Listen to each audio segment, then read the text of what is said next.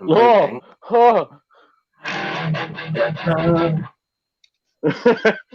Let's This see. is the theme tune to your series now.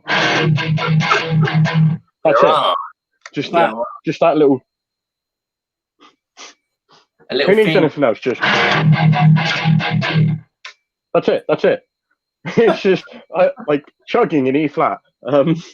Most metal thing I could think of.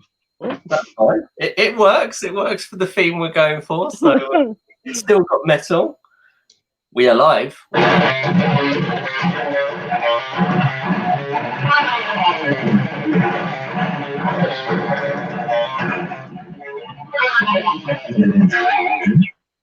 mean, that would be a better riff. That was really cool. That's really cool. Loving That'd it. be a much better riff for a theme.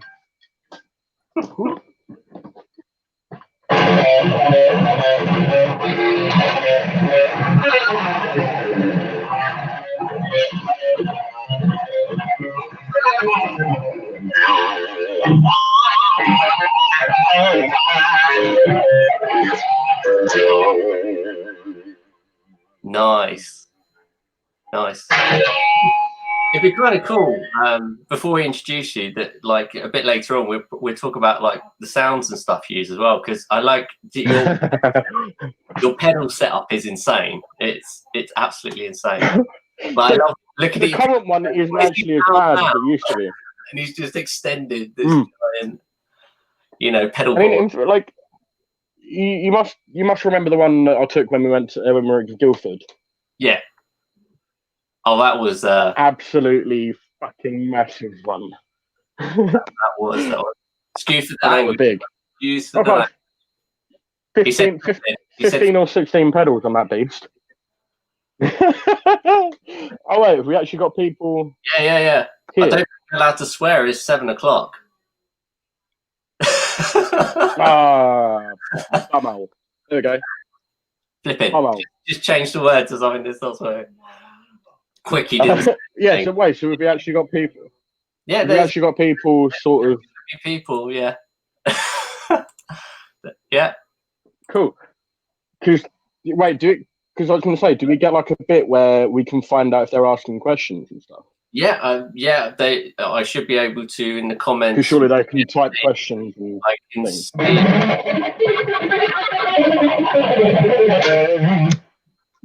Yeah, it's going to. Yeah, just so we can actually answer questions and stuff.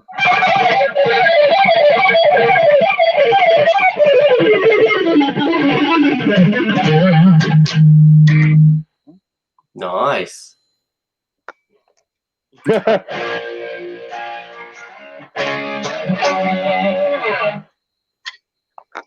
So, how many people have we got here?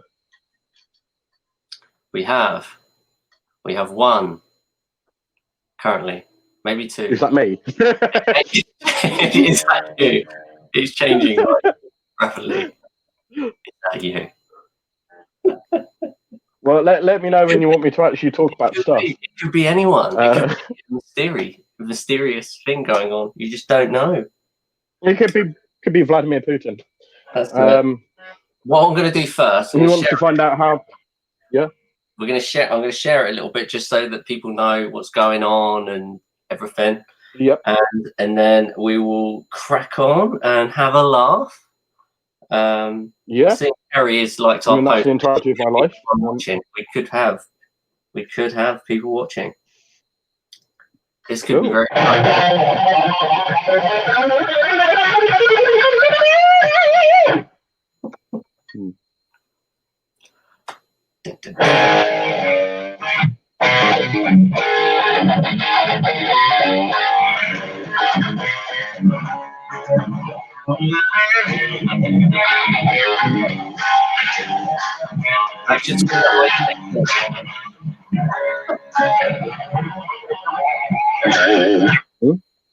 It should speed up the connection, so hopefully now it's not as bad.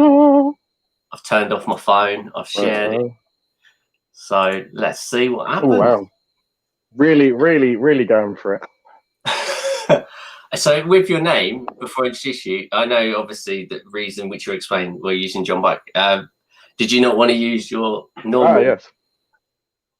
Right. Okay. So here is a weird thing, and I'll probably answer this later. The two names are two different people. Was that confirmed? It may seem a bit weird, but the two. Huh? Was that confirmed before? Because I remember the reason why it's John Buck, which I think is lovely. I think it's absolutely really lovely reason. Yes. But is it different as well?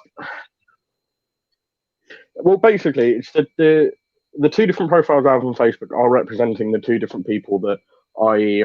This is going to sound really weird. The two different people that I feel I am musically. Yeah. So, Stephen Einarsson is more sort of the instrumental stuff, the sort of more metal kind of stuff, the more experimental, weird stuff. Yeah. And then John Buck is the hard rock, drinking as much whiskey as he can, and all the country sort of stuff, blues and that sort of thing. So there's the two sides to it. Oh, that's really cool. So when I've actually got the chance to get it through, I will be legally changing my name to John Buck. Oh, that's amazing. That's a nice thing to do. I mean, legally, I'll be John Buck, but mentally, I'll be two different people. yeah. No, it's cool. I like it. As soon as you said about it, and it's the Southern Angels, isn't it, as well? The band, yes. which we talked about. Yeah, I really like John Buck and Southern Angels. It was I was well proud of that band name. It's got a nice ring to it, and I think when you start doing and talking about and saying and doing more with that as well, I think it's gonna be really special. Your outfit, by the way, is stunning. It's very cool. The full sort of like, yeah. I did really sort of work on that. I was like, because I wanted to throw in sort of like hints of like 80s blues, 80s rock, that sort of thing, but also a bit of sort of like modernize it a little bit, but not too much. So with the 80s blues, it's sort of like Stevie Ray Vaughan, especially with the hat. The hat is very everyone good. Right, we're all good. Okay. So that was for that I sort of like, I didn't steal that idea, but I sort of took inspiration from, because the hat I have is very different from his, but it's just sort of that symbolistic thing. It's come to the point now where I can go out and people that know me will recognize me by the hat. Yeah. So I was out shopping probably about a month ago. So like halfway through this whole thing. So instead of wearing a mask, I'd always wear a bandana across my face. Okay. So you can't see my face whatsoever. No. But somebody recognized me because of the hat.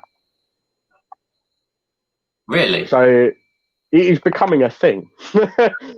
Yeah. And no, I think it's. Did you have becoming its own sort of?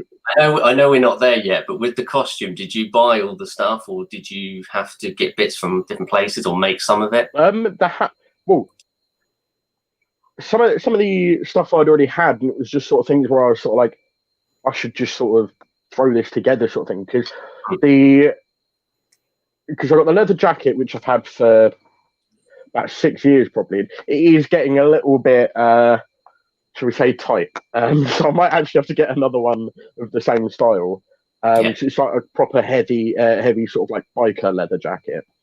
The hat I bought maybe 3 months ago, something like that. So it was just one of those things where I sort of looked at it. I was like, I really like that hat. And I didn't realise, or I had sort of realised, but I knew there was something I was going to do with it. But I didn't realise it'd be this. And the boots, they sort of came from the same sort of idea of, I need that hat, I need those boots. Yeah. So I don't know if you've seen the boots in all their glory. They're proper cowboy boots, like leather soles and everything. And they have gigantic. I'm not even joking. The chains on them are the same size as this. Wow. The chains on the boots are this big. That's crazy. That's absolutely. So crazy. You can hear me, because you can, no matter what flooring it is, the leather sole makes a noise, and then the chain has its. And it's just sound. Yeah. Another sort of like symbolistic thing. It's like you can't see me coming necessarily because it's all black, but you can hear it. Yeah. Yeah. That's cool. That's really cool. Okay, so let's kind of. And I think that the whole sort of Les Paul ties into that as well. Yeah. Yeah. It's just a very sort of stylistic thing. That's it. Yeah. No, I like it. And I know you're going to bring it all back up and stuff. So let's start getting into it. And anyway, if we can go back, we can recap as well.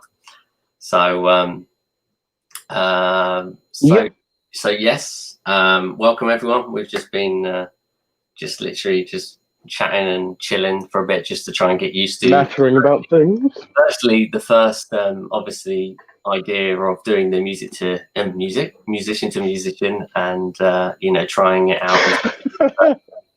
If it goes to plan, which for the last hour has been hilarious, but we've made it, and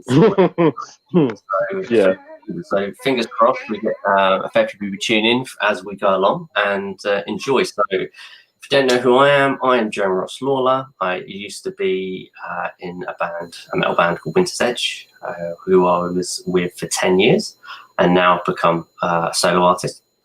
And with me today is the awesome, I'm going to call him John Buck, but he'll tell you his real name in a minute, and he will tell you a little bit about it. So, welcome.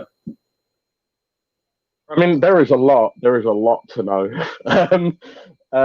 You have a very brief introduction of just sort of like, here is me, this is the thing, done the thing. I can't even start with where I started in the last sort of like 5 years. I've done too many bands in the last 5 years, probably far too many. I was also in Winter's Edge with Jeremy. That was quite a ride, that one. Some very entertaining events. Some of the best gigs I've done in the last sort of 5 years have definitely been with Winter's Edge.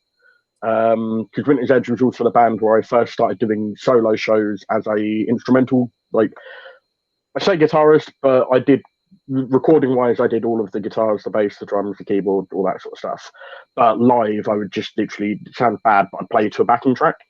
Because trying to get together a set of musicians that will all be fine with learning all of this weird experimental stuff is surprisingly difficult.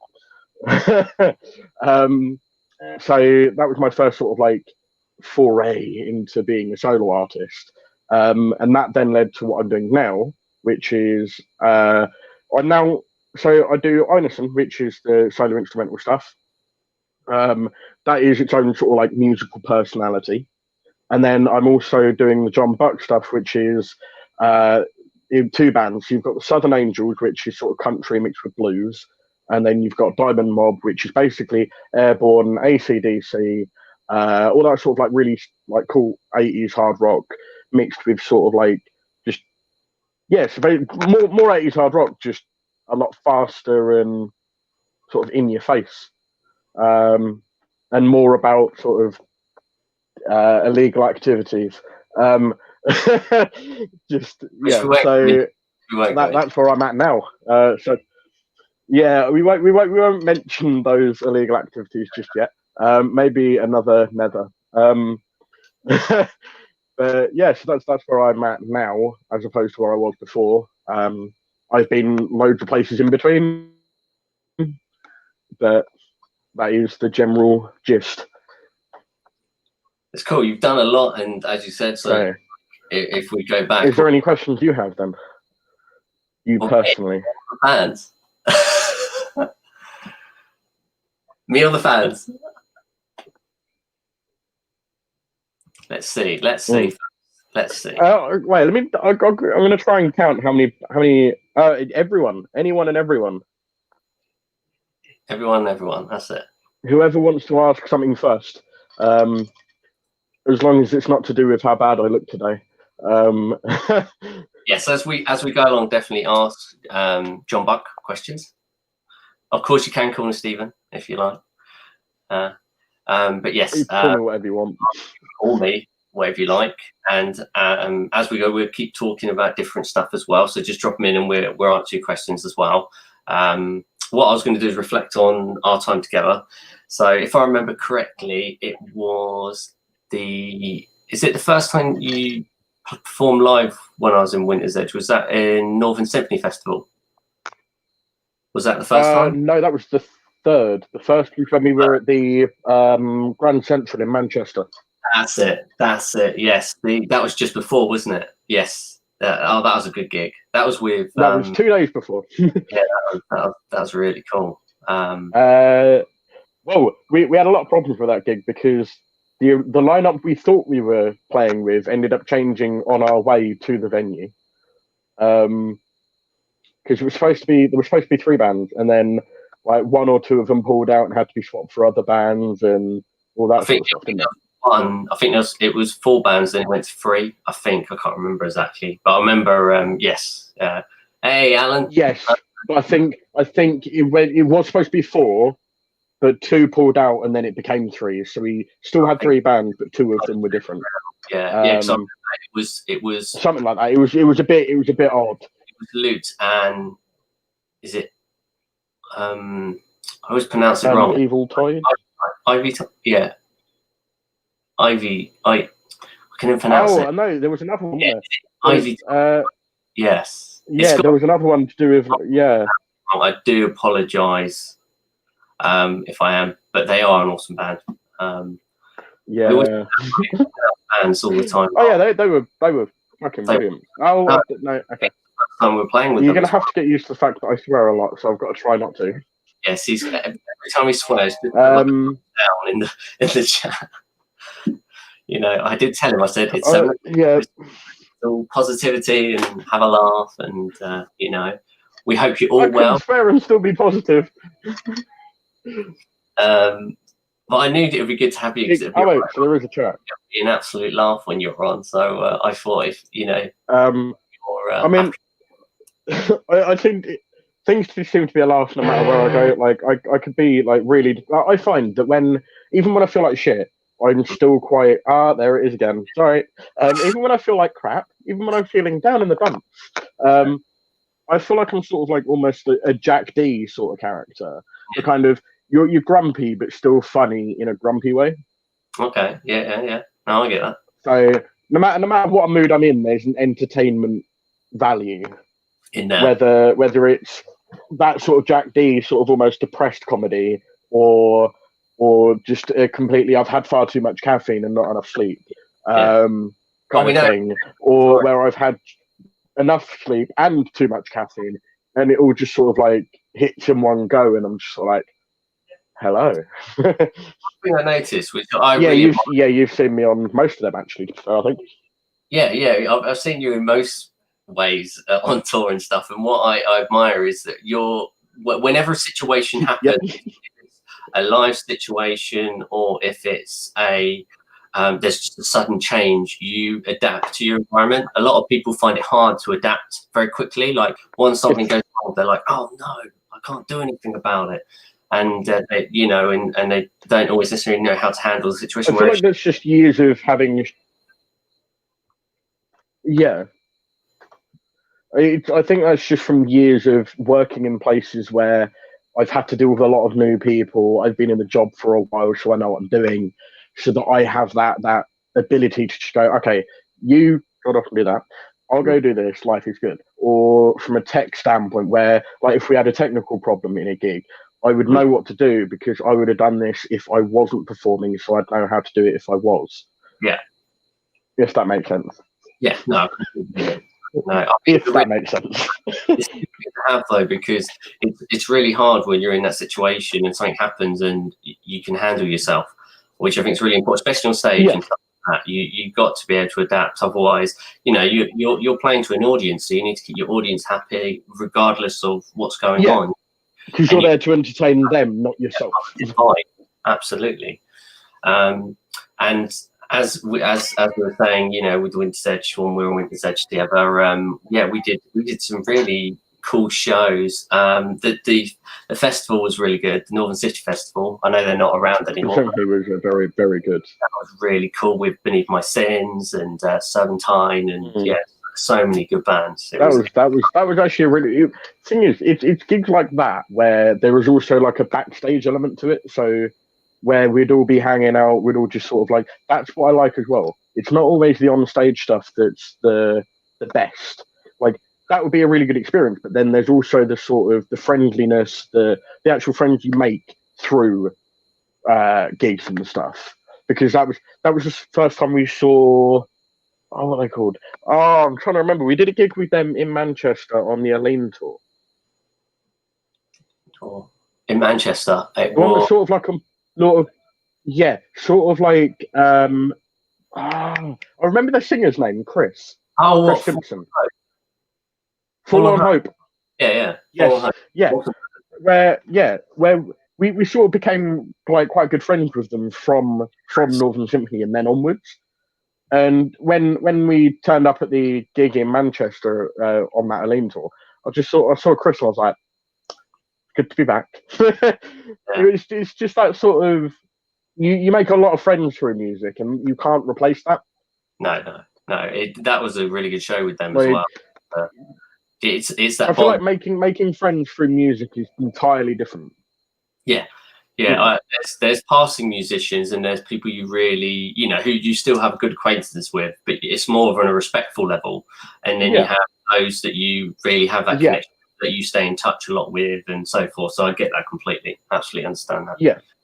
So that's really fun. And it's entirely different to making friends outside as well.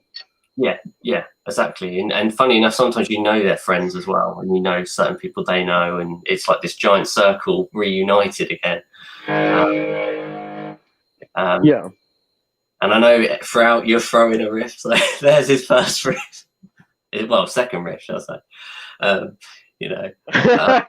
That's the problem. The problem I have is that if I've got a guitar anywhere near me, no matter what I'm doing, I will always find a way to do something with it.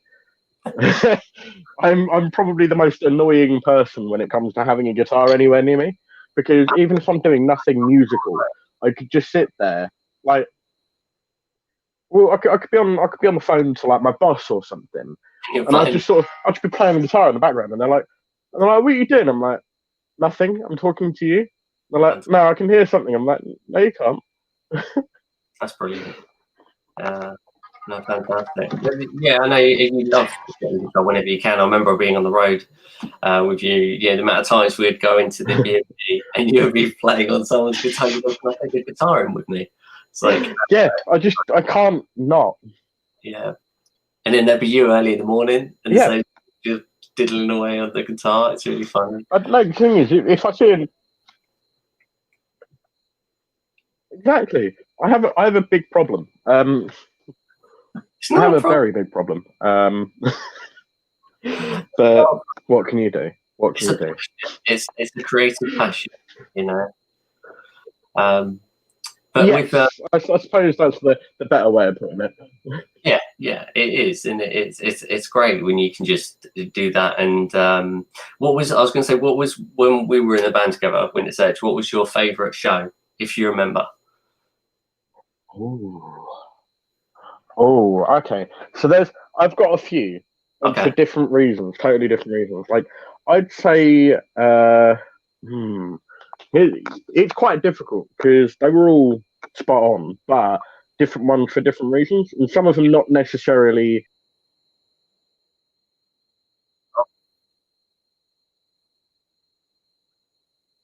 We did Glasgow. You're back. We lost you. When we did Glasgow. Oh, that was a brilliant one. Yes, I'm back. Hello. Was that with Elaine and Splintered Halo? Splintered Halo, yes. Going back to what we were saying about constantly keeping in touch with people you meet on the road, sort of thing. The old guitarist from Splintered Halo, Stephen McConaughey. I'd feel bad if he was here and he could hear how badly I just said his name. It's Scottish. I can't do Scottish names. I still talk to him quite a lot because we're both very nerdy when it comes to guitars and theory and this sort of shit. So that's not one of those examples of people where I've met them on the road, but then it's still a thing now. because that was back in what 2018. Damn, that was a while ago. Yeah, that was. So for and again, Glasgow, not for the performance aspects as such, but the fact that because we had that day off, I felt like that was more of like sort of a family thing. Like the band was more of like a tight knit family. We were all sort of just hanging out, and I like stuff like that. So this is one thing that I'm guessing a lot of musicians do this when they're in certain cities. They decide to go shopping, and on our day off, Stephen, buy a guitar. You did, didn't you? Yes, you did. And then Ed went off to buy for his drum. And we just had everyone buying stuff, like musician stuff. It's hilarious. It was the fact. It's like, this is our day off. I mean, we're sitting at buying stuff. Still doing music stuff. Well, the thing is, I ended up the bass I brought with me for that tour. I ended up selling at the guitar shop to then put toward buying another bass. That was fun. And then I hadn't even had time to restring it or anything for the gig the next day. That was great. So in the chat, that was good. Alan has said catching Jeremy singing was fun. Are you sure? Yeah. So you just wait until you hear me sing.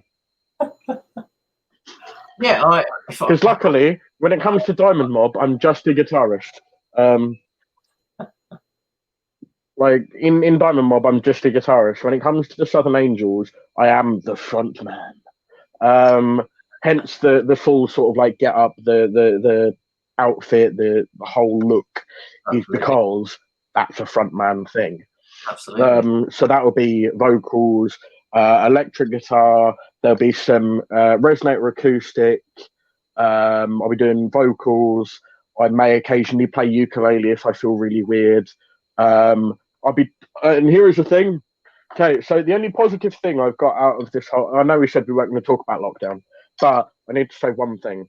The only positive thing that came out of this is not only having the time to write stuff for those projects, but also I started to learn the ukulele and the harmonica. So I decided to learn 2 new instruments. Anyone that says a harmonica is easy is lying, because they're not as easy as people say they are. No, Lord no. I've been trying it for weeks, and I'm just about getting it. Just about. I actually had one. I don't now. I did have one, and they aren't the easiest thing. They do take quite a lot of practice. And, to be a pro, you really have to. I mean, they're easy to sort of they're easy to just pick up and play, but to really sort of express yourself with it and to really fit the rest of the music you're playing to, that's when it becomes difficult. Yeah. Because anybody can just pick it up and just make some noise, like any instrument. But like every other instrument, to really get it and to really sort of be able to push yourself with it, you have to spend ages learning how to do all these various things. Because it's not, and here is not swearing, but it is a innuendo. It's not just sucking and blowing. It is about. There's loads of different things. It's hand movements, again, sexually sounding great. It's all about hand movements, the way you move your tongue. There's so many different aspects to it. Unlike singing, there's a whole new way of breathing as well. Yeah. We won't go too into it. So you've got to relearn how to breathe. I know what you mean. Yes, I know what you mean. Yeah, we're not going too into it. I don't want to. But Alan's saying about me singing, excuse me. Do you remember me singing? I think I remember a few times, like I did Eternity of Days, didn't I? Was the last sort of like, didn't you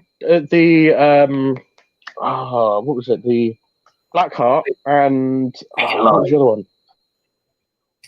Yes, but there was the other one when we supported Power Quest in Southampton.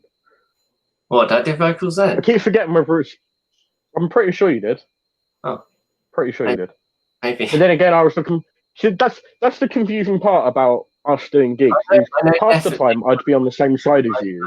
When we did the headline show Yeah, we did headline. It was a London show, wasn't it? It was for the album launch of the Yeah, but I last weren't album. there. Remember? Oh, of Oh wait, course. no. Was that the no? Was that the unicorn? No, that Yes, wasn't the unicorn, was it? that was the Yeah, unicorn. that was when I buggered my wrist. That was when I buggered my wrist. Yeah, and but yeah, I remember singing that one. Actually, you have to remind me how many gigs I sung at. I've done backing vocals on quite a few occasions, but I can't remember all of the ones I did. Yeah. I remember doing it on the songs in the recordings, but live I didn't get very many opportunities to do it, mainly because it just didn't work when we were playing sometimes. So, but I remember doing it a few times, and you know, it was fun. It was fun, and I remember actually before. I think. Oh, I was going to say, but you remember Damien being in the band? Do you remember Damien? Oh, plenty. That was when I think I saw him a couple of times. Was he in the band when we played at what was the festival? When I was still in Dragon Throne. Yeah, he would have been. Yes. The festival you put together. He was. Yes, he. Yeah. I was going to say that was the first time I actually met you, though, wasn't it? Yeah. It was really cool. I remember you picking up all. That was the first time I met you in person. It was really cool, and it was yeah. That was just what I do. It was an experience, and I was going to say Damien voice. I can imagine if I ever. Yeah. You know, Damien. Incredible. Absolutely incredible. I don't know if you caught him when you were there, you know, when you played with Dragon Throne. Yes. If you heard him sing, I think he was doing some backing vocals. And he's just awesome. If you didn't, you've got to listen to him because he's just a great singer. He's a great guitarist. So it's really cool. Was he the one that used to be in or is in Sea Bastard? That is Monty.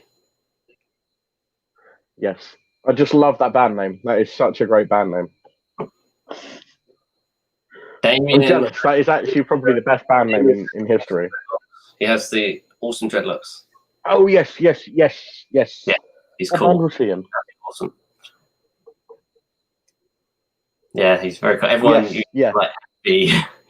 hair. He just looked good. He just has such cool stage presence. So, but yeah, we've had in Winter's Edge. We had a few. So with Damien doing some vocals. I don't think you ever did any backing vocals live, did you? Did you? I think I was going to, but then the first gig that we went to that I was going to do it at, they basically didn't have enough microphones or something stupid. And I was like, okay, I'm just going to do it really loudly, loud enough to overdo everything. That's it. I remember, obviously, I've done it. I think Nick's done a little bit, and Frank Clow from End of Salvation. Yeah. I remember him doing backing vocals. Yes. I think what we need to do at some point is try to get a gig at some point with, so where it would basically be like past and present of Winter's Edge. Well, like a chat, you mean? So maybe like an anniversary show. Oh, maybe, yeah. Just no. An anniversary show, where we sort of do a whole set where it like this is going to have to be a bloody long set though. Probably every song ever done. Just sort of like going through all the people that have been in the band. I mean, if they ever did want to do anything with past members, of course, you know, you have to see for the future. See what obviously they've got. All their pretty wonderful. They're going to be working on all that new material moving forward. So, which I've heard a little bit, and obviously, I'm very close friend. I'm looking forward to it. Yeah, I'm looking forward to it, but it would be a bit weird hearing Winter's Edge without me. That one. I know it's you know, I know it's a shock. Obviously, when obviously I had to depart from the band, but I know moving forward they're going to be wonders, and they're going to be doing quite different stuff in places as well. And yeah, it's sounding really good. Yeah. Their stuff, it's cool. You know, I think Nick is going to deliver some great songs, like writing all the riff stuff, and Charlotte, of course, naturally with the vocals, and Ed on drums, and you know, see who else eventually, you know, becomes part of that great band that I was part of. So you know, yeah, it'd be cool. So, but yeah, you know, they might do something like that. But yeah, no, I'm looking forward to seeing them. Might be quite savvy. Looking forward to when, you know, everyone starts playing live again. When Winter's Edge start playing live, I'm looking forward to their first show. with the lineup they have, and preferably the new lineup, depending what direction they go in. And it'd be really special. It'd be really nice to watch, and be proud of as well. Yeah, I was going to say I'll try and get out to that one as well. Yeah, it'd be really cool. So yeah, because you're seeing a new sort of like evolution of your baby, essentially. Yeah, where it's all going to go is it's going to be a complete. I think they're going to do quite a thing. So obviously I don't really know everything, so I can't say anything on their behalf. But I'm just leaving it them to slowly like reveal it to everyone. Obviously obviously the new logo they showed, which is really cool. And stuff. So I think it'll be very cool when their stuff's out there, and as everyone else, especially in these times, as you said, the positive thing about of what we were going through is that people have spent time to write songs and preferably albums, and stuff. So I think that would be really cool that everyone just releasing all this material. It's going to be really special. It will be quite an event. Absolutely, but going back because everyone's had the time to be able to. I was going to say, going to your stuff, because you've said you've been writing and stuff like that. Let's talk about Diamond Mob. So what's going on with Diamond Mob? Cool. So Diamond Mob is my sort of like, if it sounds weird, my angry side. It is the sort of like fun-loving, but still trying to sort of like get something out there. Sort of playing gigs will be about high energy, about really sort of pushing ourselves to just sort of make it entertaining for the people watching it. People will feel like they're part of it because I'm going to use my wireless system a lot more to basically screw with people. I'm gonna steal some sort of like moves from some of my influences. I'm gonna go with one that I like from the singer of Airborne.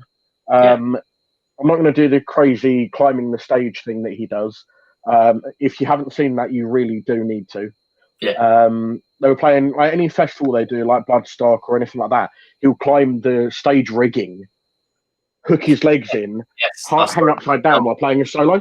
I saw that at Download. It was crazy. That is insane. I'm not going to attempt that. I'm not going to attempt that because I will die. But there's one he used to do in smaller venues where he would literally play a solo standing on the bar or like walking along the bar. As far as I know, they did get thrown out of quite a few venues for that, but it's all the entertainment in it. You don't want a band rep, but I saw them quite a few years ago at Download, and he did that. And I think at the beginning of this, you could overhear him saying about climbing up, and I don't think they liked it. And then he did it. I think they played a festival called Ramblin' Man Festival, which is in Maidstone. It's about half an hour down the road from where I live. Cool. And he did it there. But the thing is, he'd been doing this for years at this point. And somehow the organisers of this festival didn't expect him to do it. So when he did do it, all of the security people sort of like rushed to the bottom of this trellising bit that he climbed up and were basically shouting at him to get down. I was just sort of thinking, surely if you've booked this band, you've looked into them and you know what they do. That's plus they're Australian, so you can expect something a bit weird. Oh, they're definitely entertaining. He's Australian and he drinks a lot of whiskey. So I get it though, because you've got insurances. Obviously, musicians obviously have to obviously safety aspect of it all, and the same with staging any festival, and things like that. So I can imagine why all these festivals are like. I do understand their side of it, but surely they would have looked into them enough beforehand to be able to know that was going to happen. Exactly. So, but you're touch wood, nothing's happened, and no one's got hurt. So exactly. So Diamond Mob is all that sort of like basically all the songs going along the theme of Airborne, AC/DC, and all that sort of like 80s hard rock and sort of like not hair metal as such with the like look and style, but sort of the musical and lyrical style. It will take a bit of influence from that as well. Yes. It's all about sort of like drinking, women, illegal stuff. Which again, I won't mention too much of the illegal stuff, and that sort of thing. And it's all just going to be sort of like, so there'll be bits of like Guns N' Roses style thing, that sort of like a lot of riffs, a lot of riffs. There is going to be a ton of riffs. There's going to be a lot of soloing, because anyone that knows me will know that I have a problem where I can't do a track or a song without having a guitar solo or 10. I mean, the thing that disappoints me about a part we were saying about Dragon Throne earlier, is there was one song we were writing towards the end of our existence, that basically we were going to get a keyboard player, and we were going to have, it was going to be guitar solo, bass solo, keyboard solo, second guitar solo, and then sort of like they were going to be like, there was going to be 2 solos each for each of those members. Awesome. The solo section was going to last about 3.5 minutes. That's so almost an entire song's worth of solos. You do like your solos, and then that became Einarsson. Yeah, I unfortunately do. For the general population of this planet, I enjoy solos far too much. But yeah, so Diamond Mob's all going to be that sort of like riff-based, sort of like catchy to an extent. There will be a few sort of like not slow love ballads and sort of thing, but sort of like maybe a little sort of like ballad-ish, but it would be quite a powerful ballad sort of thing. But all of just sort of like the straight rock kind of stuff, no fiddly sort of experimental stuff. It would just be, that is what it is, and it does it. It does that thing.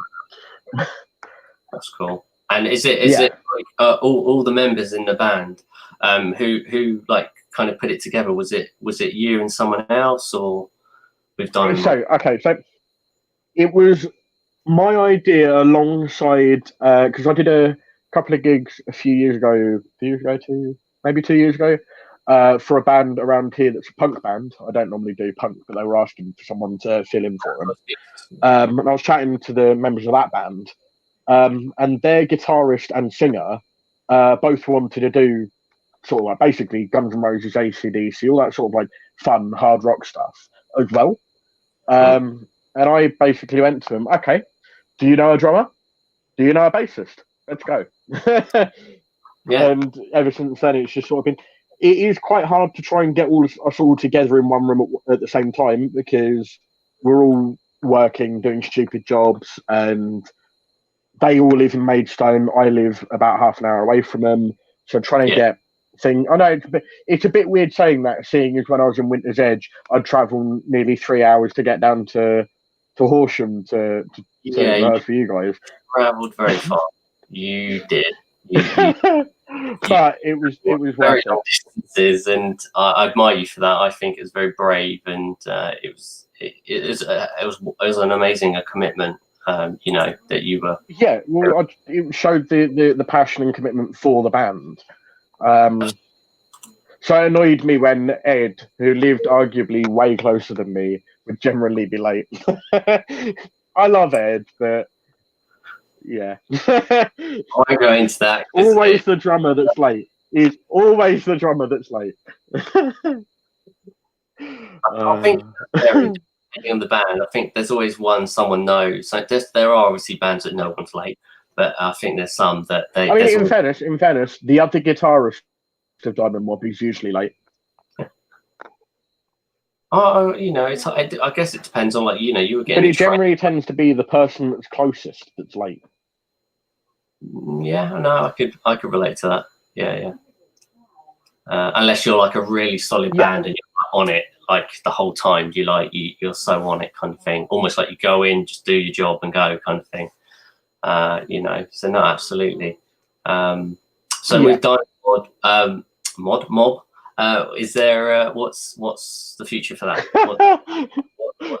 What's happening? Tracks? Okay, so at the moment, I've written pretty much the entirety of the first EP, but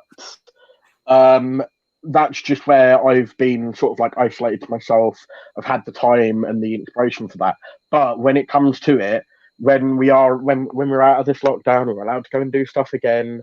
We're all going to be getting together to do a couple of writing sessions, because even though I've written an EP's worth of stuff, that doesn't mean we're all going to agree on it. It doesn't mean that we're all going to go, actually, I want that on there. Because even though I essentially started the band, I want it to be, oh, pardon, what? That was fun. I want it to be sort of like a more of a democracy. I want everyone to have an input, because I want everyone to be playing stuff they want to play. Yes. Because if you're not enjoying yourself playing it, how can you make other people enjoy listening to it? Absolutely. Essentially. Yeah. So I may have written a whole EP's worth of music, but I'm not just going to go, oh, that's that done. Because everyone's got to record their own parts as well. Absolutely. So I just want to make it sort of fair, and I genuinely wouldn't be happy with having just written a whole EP and not give anyone else a say. No. Are you writing the lyrics as well, or is that I've written most of it, but the singer is also doing quite a lot of it. But where I haven't really done much sort of like lyric writing since I was in Dragon Throne about 5 years ago, 5 or 6 years ago. I basically pass it on to him with the music, and then he sort of fiddles around with lines. We'll try and find a way of making it fit a vocal melody better, that sort of thing. So he essentially, he'll write a song or he'll edit one of mine, basically. Or, as I said, when we're all allowed to get into the same room again, we'll have writing sessions where we will write the entire song together. Yeah, that'd be really cool. And so it's a bit sort of mix and match. There are all sorts of things. Oh, that'd be cool. And at the end of all this, obviously, what we can do is put all the link. I know I've already done it, but you can put them in the post and stuff, and so people can follow you as well. So. Well, I mean, they don't have to. I think everyone's going to be excited for what you're doing, especially with that, and John Buck and the Southern Angels. So tell us about that. Let's go into that awesome subject. Oh, okay. So Southern Angels came about from the fact that I really about a year ago now, I started doing a blues rock album that was originally going to be instrumental. So it was originally going to be released under the name Einarsson. But then I thought it didn't really fit that, because Einarsson's all about sort of like spacey, shred, sort of instrumental, experimental sort of stuff. And I thought blues rock doesn't really sort of like suit that kind of scene. And I couldn't ever imagine myself playing any of those songs live in amongst a set of the other tracks I've done. Yeah. So I thought maybe I'll do it as a separate thing, but I had no sort of, I didn't want to release it under Diamond Mob, or because I'd only just started Diamond Mob at that time, and I didn't really want to sort of like create a whole new thing for it. So I just let it sort of like sit there for a bit, didn't do anything, left it, and was like, I really should do something with this. And that was when I got heavily into country. I got heavily into country music, and I was like, maybe I could mix that with a bit of country and see what happens. So that's where that's going. But to start with, I'm going to be releasing a blues rock EP, and then a country rock EP, and then an album that's going to be a mash, basically, because I want all of the stuff I've got for the blues rock EP doesn't feel like it will fit with all the stuff for the country rock EP. But then after that, I feel like I will have gauged a way of being able to sort of write songs that are a mix between blues rock and country rock. That's awesome.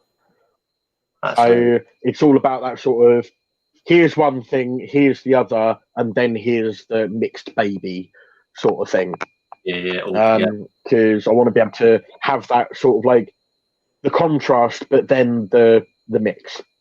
I think it's really nice, especially like as earlier you were talking about where John Buck came from and the elements and stuff. I think it's really nice and it's very important to you as well.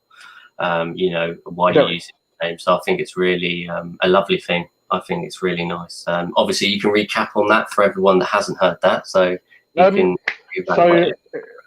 So my granddad's name is John Buckingham, and he died of lung cancer 2006, 14 years ago. Wow, that was quite a while.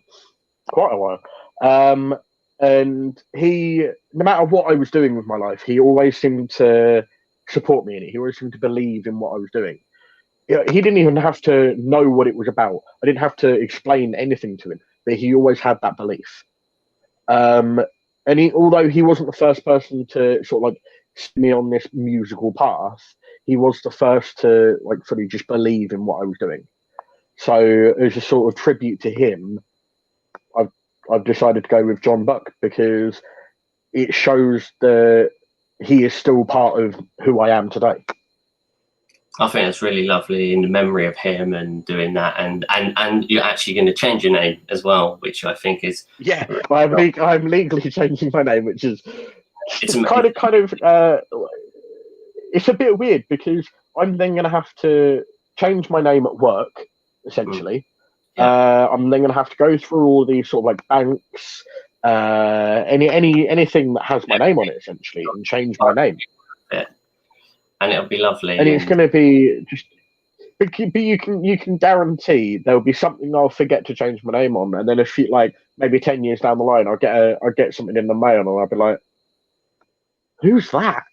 And I'll be like, "Oh yeah, that's me." Yeah, I'm so yeah, it's just that sort of weirdness.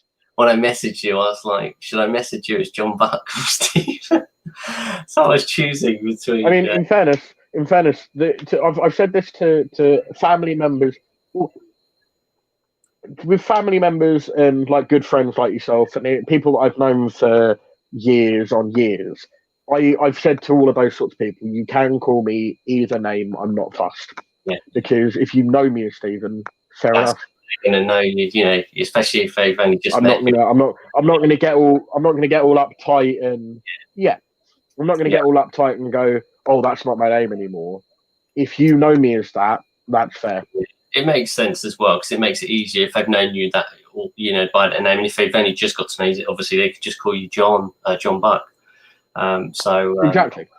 So they've got that choice, and I'm not fussed. Uncle Jeremy. If anything, the change of name. Yeah. You know, I don't like Jeremy, so you know, it's just my thing. Fair. You know, so I'd say I'd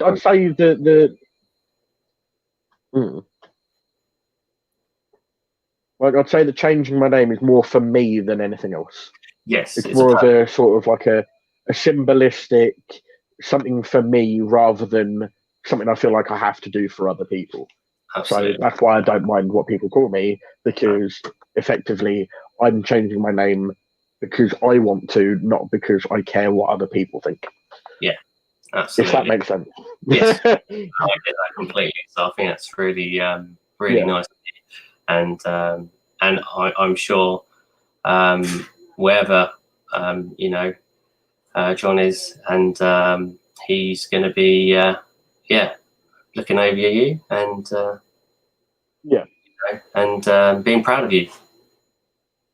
Yeah, because it is a bit sad that I never got to sort of, because I didn't actually ever get to show him any sort of music that I've done of my own.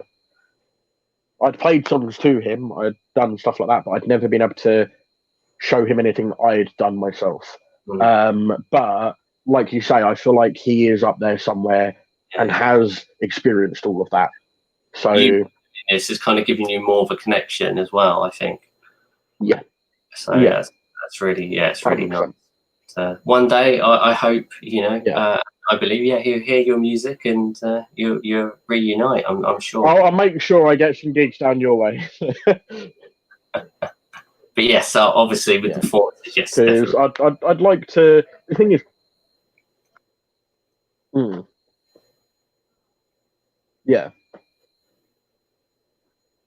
yeah. you start and then you kind of you were saying about shows. Oh, You're saying about shows. yes. Yeah, the thing is, I feel like the good thing about having all these different band projects, sort of whatever going on, is that it gives me more of a variety of gigs I can play. Because with Diamond Mob, I'll be able to play pretty much any sort of like soft rock, hard rock, maybe even sort of like your standard sort of like Iron Maiden style heavy metal, that sort of gigs. And then with the John Buck project, I'll be able to do blues gigs, country gigs, and basically anything in between. Absolutely, and it's good because and then obviously with comfortable with different genres. You know, I was going to say make comfortable with different genres and playing different styles. And if anyone asks you, like you said, you did the punk thing before, and various other genres, it means people can go, "Hey, can you do this?" And go, "Yeah, sure, I'll do it tomorrow, no problem." Yeah, you know, exactly. And it's also a fact of like, I don't know how other people see it, but if you're I can imagine like bigger bands are fine with it nowadays, but playing the same songs all the time, essentially to the same people, like, because the thing is, the way you see it is most people don't see a audience as the individual part because there's too many individual parts. You just see it as a blanket audience. Yes. I feel like you get bored of it after a while. You get bored of playing the same songs all the time. So if you've got 2 bands, maybe 3 bands, you've got that thing to keep you interested. Because like one night you might be playing with this band, another night you might be playing with another band. And the thing is, both those bands are totally different genres, but they do have a link in the fact that I could play a gig with both bands. Yeah. So I could do that. I could do a whole tour with both bands, and then have another band slotted in between. You've done when you were in Winter's Edge. You did your solo stuff, and you performed as a bass in Winter's Edge. So exactly. It's great you can do that and adapt to, as I said, you adapting to your surroundings and stuff. So it's really cool. With obviously your first baby, your solo project, is it properly said? And is it Einarsson? Is that the right way of saying Einarsson? Einarsson. So there's an I. Einarsson. You actually Einarsson. Einarsson. Yes.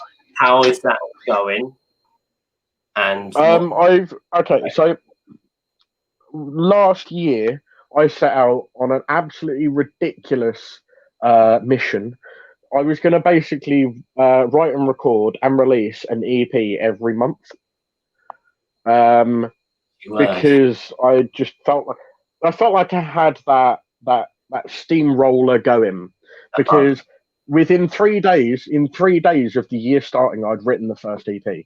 Fantastic. I literally wrote an EP in 3 days. And I released that. It was great. And within so basically, it was going to be that I'd write the EP throughout the month and then release it on like the 28th or whatever of every month. Within 3 days of writing the first EP, I'd written the second EP. And then within about a week or 2 of that, I'd written the third EP. So I was just sitting there with 3 EPs going, I could either release all 3 EPs at the same time, or I could release one a month. And I eventually then got to the point where the 4th EP, I'd written it, and I was sat there listening through it, trying to do the mix for it. I would walk to work and I'd have listen to it in my headphones on the way just to see how it sort of played out, that sort of thing. And I just wasn't as proud of it as I could be. Okay. And I didn't want to release something that I couldn't sit there and go, I'm fully proud of this. This is 100% what I aimed to do. And I want to see what people think of it. I wasn't fully proud of that. So I just basically went, you know what? For my own sanity and for not putting out a crap product, I'm going to wait until I've got the inspiration and the motivation to do the best I can do. So I've now got 3 EPs sitting there waiting to be released. So have you got titles for them? So yeah. I have working titles and they all have swearing in them, so okay. Okay, maybe not. Okay, so what's the theme of the first? No. What's the theme? Well, the first one is going back to the whole sort of like spacey idea that I had in the first three albums. But it's sort of a bit more ambient, a bit more atmospheric, and is a lot more. There's a lot less sort of just sort of like shreddy, sort of like let's just see how fast I can play and all that sort of stuff that I was doing in the first album. Yeah. But it's sort of more centered on just sort of like the kind of thing where you can put your headphones on, close your eyes, and just sort of like it will paint the picture in your head, and you'll be transported to an entirely different sort of place. That sort of like scene setting music. Just to give something peaceful, but then at times sort of quite not frightening, but sort of like you'll sit there and you'll be all in the peace, and then it would sort of like you'll be like, oh hello, where does that come from? So that you don't get complacent. You don't sit there and think, I know how this is going to pan out. Yeah. You think you do, and then it sort of just goes, oh, actually, that's not where I thought it was going. Just to sort of keep things a bit lively. The second EP, here's a funny one. Yeah. Before I started the third album, I actually was going to be releasing an album that I was only going to be releasing to spas. Really? Very tranquil, peaceful music. And the first track, the second track, and the 14th track of the third album were all tracks that I was going to be having on that Spa album. So I've actually now decided to go through with doing the Spa-ish EP. But I say it's an EP, it probably will end up being about an hour long. Because one of the EPs I did last year had a 22-minute long track. Yeah. I remember them playing it. I think it was Harbour Radio, and they played one of your long songs on there. It's a year or so back, and that was funny. Alex was like, "This is a long one." Yeah, that was Elemental. That's 9.5 minutes long. Yeah, that was it. Yeah. That was funny. The thing is, I played that at least one of the two gigs I did, and nobody was bored. I was quite surprised. I was sort of halfway through, like, oh shit, maybe I shouldn't have picked a song so long. But then we got to it, and I was like, actually, that went all right. I think people, especially fans and anyone that's in the crowd in general who go to gigs, are used to longer songs and stuff nowadays. I kind of find since I'd probably say maybe late 80s, early 90s, when like power metal bands and stuff started doing longer songs and stuff like that.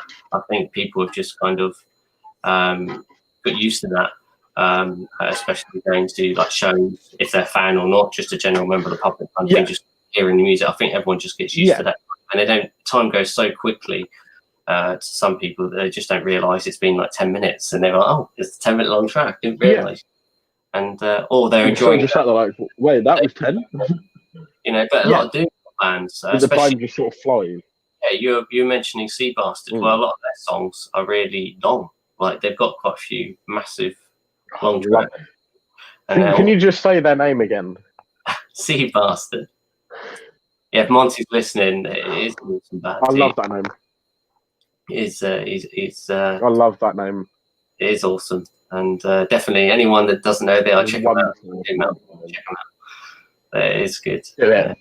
They're brilliant. They are. They're not just a great name. They're a brilliant band. It's all. So moving forward from all this magical journey that you're on with all these different bands and projects. Yes. Are you doing anything else, or which one are you? I know it's hard because you can't put all your time into all of them, but is there one particular that is going to be your main focus for now, if you haven't got anything else beyond that?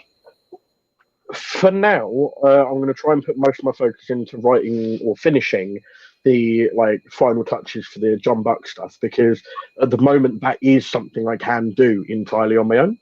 Yeah. Whereas the Diamond Mob stuff, where I do want it to be more democratic, I want it to be a team sort of thing. I don't want to just try and rush that. I want to wait for them to have an input and all that sort of thing. Yeah. But that being said, when it comes to the John Buck stuff, the first album will be written by myself and band members. That's cool. So that's another cool thing, because you'll get to see the two EPs will be mostly me. There might be a couple like guest singers. On the country EP, I definitely want to have a violin player and a banjo player, because I don't play either of those instruments yet. And maybe a sort of like actual piano player, sort of do that quite sort of like groovy sort of piano stuff. The same with the blues EP, that will likely have a piano player as well. Really? So the two EPs will have guests and stuff like that, but then the album will be the lineup of the band.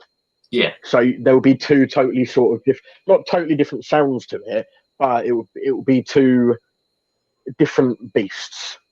So like, one will be myself with guests, and then the album will be that living, breathing family band.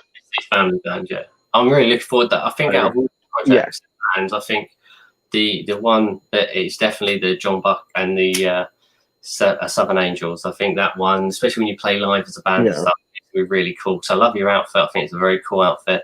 I think you've got a good thing. And the only hard thing would be convincing the other members to dress in a similar style. So they all have that look as well. I think a good photo shoot out there done with all of you. I think it's gonna look really special, and a lot of people that like country, especially in that style, will definitely be. That's the thing. There'll be quite a wide base for people to enjoy, because there's the bluesy elements, there's the country elements, there's the rock elements, there's all these sort of things that will hopefully mesh quite well together, that will bring people together. That's what this whole thing is about. That's what music should be about. Music should be about bringing people together. And I definitely think that out of all of the stuff I'm doing at the moment, the one that will bring people together most is that. Yeah. From what you've done already with it, just by the pictures and stuff, I straight away I was like, that's cool. Like, it just that the first thing that popped in my head. So people seeing that are gonna go, yeah, this is gonna be cool, and it's a bit like have you heard of Battleborn?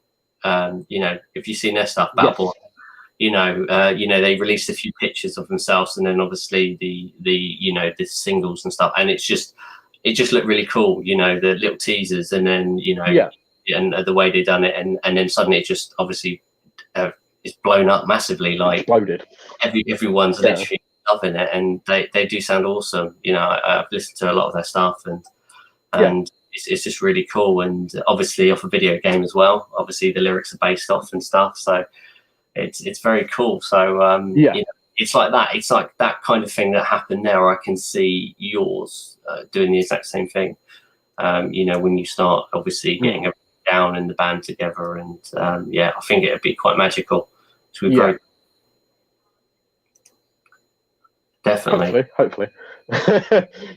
So going back to obviously and you working together before and stuff, what was your favorite Winter's Edge song to perform with me on stage? Okay. So first, I'm going to say, I want you to try and guess. Oh, guess. Yes. What was the one song? There was one song I always wanted to play, but a lot of the gigs Charlotte didn't want to play. Was it one we played before? Have we ever played it before? We have. Oh yeah. We played it, I think, maybe 4 or 5 times when I was in the band, but Charlotte would always be very reluctant to play it. So like if we turned up to a gig and a band had pulled out and we were given a bit more extra time, I'd sit there and go, we need to play this song. Yeah. Oh, this can be hard because there's a few songs you're like, well, we always played. The only ones that I kept asking for that we should do more, and then obviously we did like twice, I think, and we never did it again, was the 20th Days. But Poland we stopped doing, didn't we? Live. We kept doing Beyond Shadows, and obviously we were doing Path Guardian. Oh, it's gonna be tough because it's hard because we did switch it around a Okay, little. okay, I'll give you a clue. It's another one that begins with G. It's another one that begins with G, and Oh, it's not Guardian. Game of Insanity. Game of Insanity. I Yeah, fucking love that song. Yes. we did it for a while, didn't we? And then yeah, we just didn't do it anymore. And Yeah, it was good because we were trying to do more of the latest album. But yeah, that was cool. yeah. Game, I And I think. did get that, but it's just one of those songs that has a there's a feel to it that sort of fit with the rest of the songs we were playing. That's Yeah, why I liked doing it, because even though it wasn't from the new album, it fit with the rest of what we were doing. yeah, it did work really well. It's just catchy, you know, the whole song really, and it's Yeah, got a bit of everything in there, and yeah, cool breakdown, and obviously, just yeah, it's just a yeah. cool and a good breakdown at the end. But yeah, It's just the riff. it's, The it's, riff. yeah, it's just that, and just a few songs. I mean, if there was a song I would like to have done live, would have been "The Unawakening Tale." My other favorite was Unleash the Dragon. Oh, that would have been a good one. What was that? Yeah. What to do again? You mean?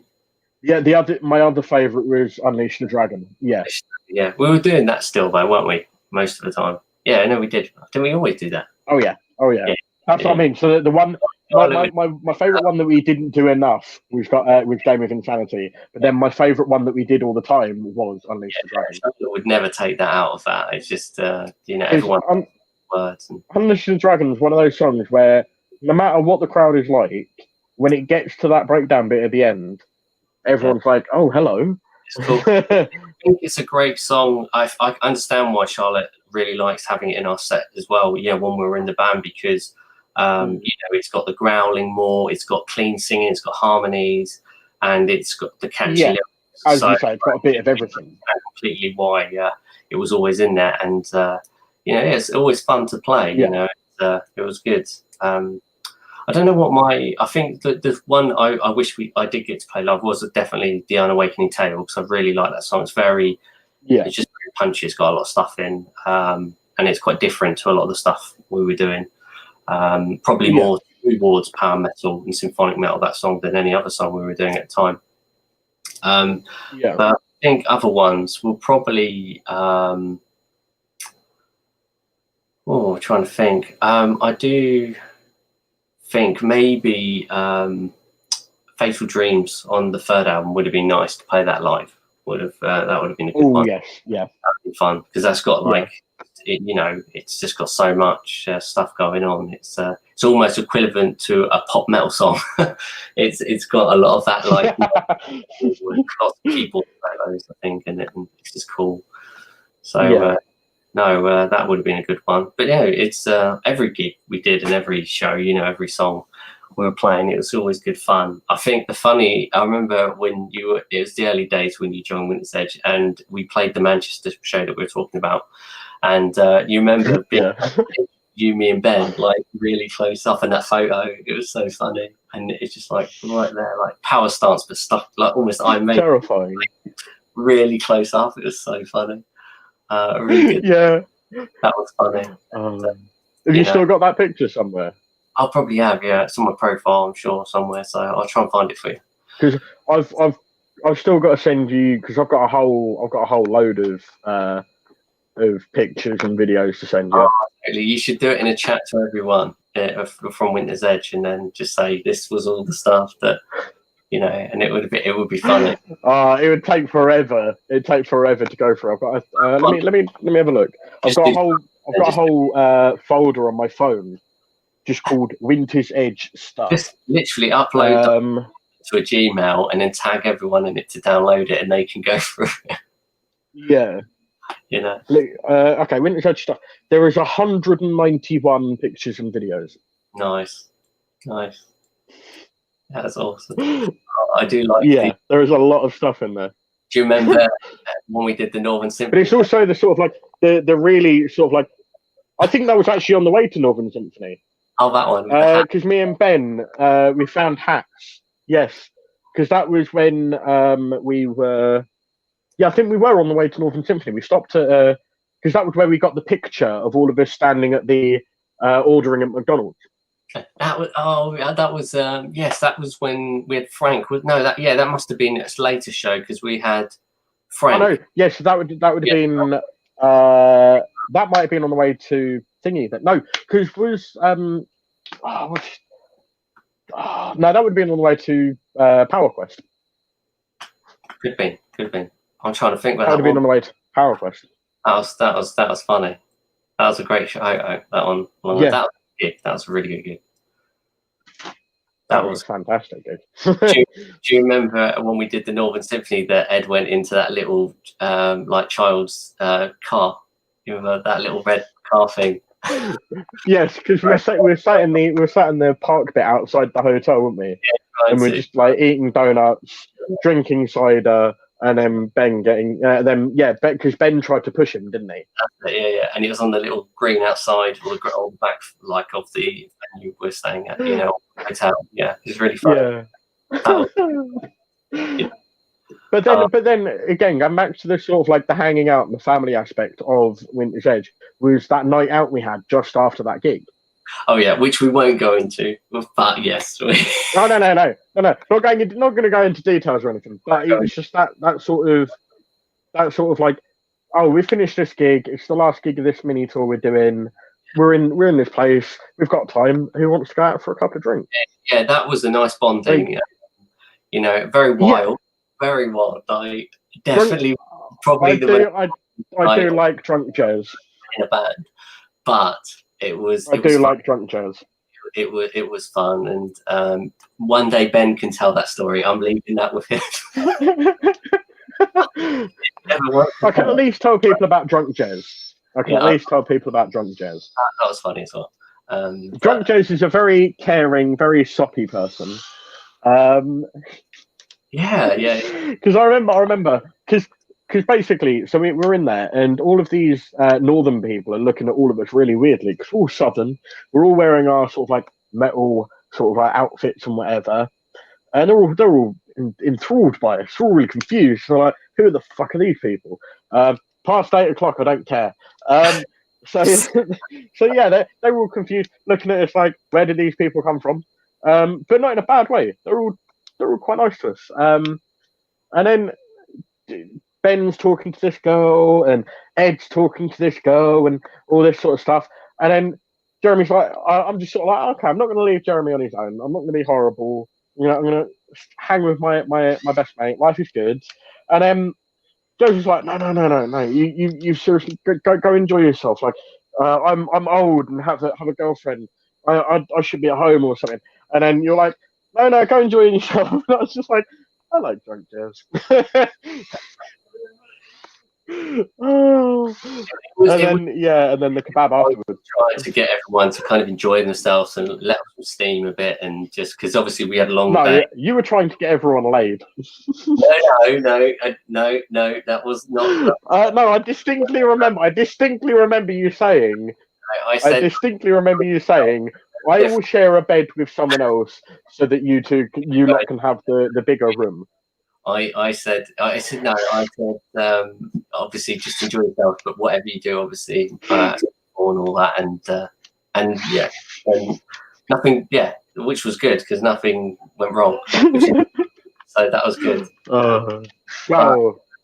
Stuff almost went wrong. So, again, Ben can tell that story. Maybe I'll get on. Yeah, we need to hear Ben's side of things. Ben, I would never do that to him. He's so cool, and his band is Human Nature, awesome. In Human Nature, really cool. Love the artwork, love the music. Just it's right up Ben's street. And then I think he's in a covers band as well. I think he does as well, and like guitar lessons still and stuff. Yes, He's really good on him. It's literally since not being with us anymore and stuff. He's just when we were in Winter's Edge, he just moved, done that, and they did really well, just done really well suddenly, and he's got himself exactly where he wanted to be. So good for him. I love catching up with him. Be good. Maybe I'll get him on it. And he can stuff. You definitely have to get him on it. Yeah, I will one day. I won't do it straight away, but I will. I'll give him some time, and then he's good. Yeah. Well, I think we'll call it a wrap because I think you've gone into details Yeah. about what you're doing. I love I was having going you. to say, I don't want to bore anyone. No, but I think it's really cool that we've done this, and it's something just that to talk about my past, but also get to know what my friends are doing and our journey together and stuff. So I think it's really nice to tune in, and especially after this live chat, check it out anyway after, and hopefully I'll be doing a lot more. In fact, I will be announcing one after this as well, and yeah, it'd be really cool to keep doing it, and I hope everyone's safe and well, and so I'm sure so does John as well. He's really appreciating all of you everyone tuning in, and I think if it's I would always say if anyone ever needs to talk about anything, just go straight to you. And I was going to so say, no matter what's going on, if anyone needs to talk about anything, just come to me. I'm a very happy, lovely person. Yeah, have you heard it? That anyone fans? I'll always try and help anyone. Just want to go in public, just go and speak to him. Always try and help anyone.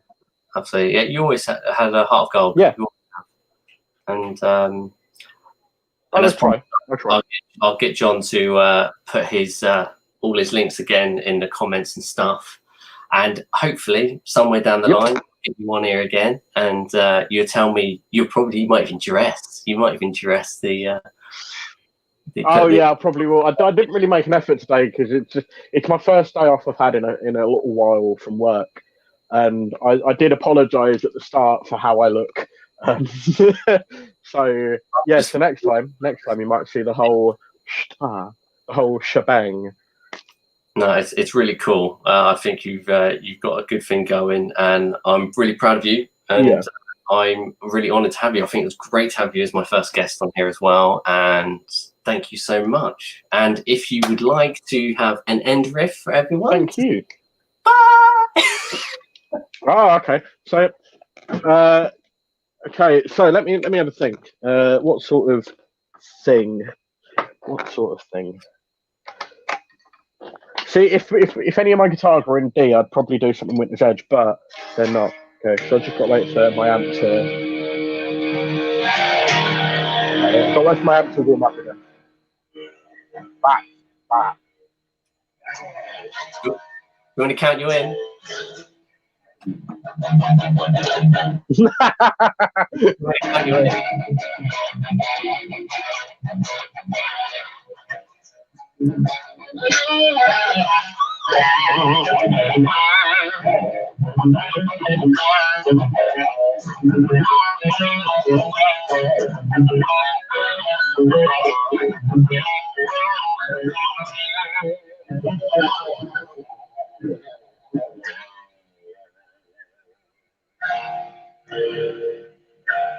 Nice. Awesome. That is the first time I played without pedals in quite a while. Because all my pedals are behind me. Well, thank you so much. Thank you for being part of this. Yes. And it's good talking to you again. We'll speak soon. Thank you everyone for tuning in. John Buck, Jeremy Lawler, and we will speak to you all soon. So take care. Stay snazzy. Yeah. Cheers.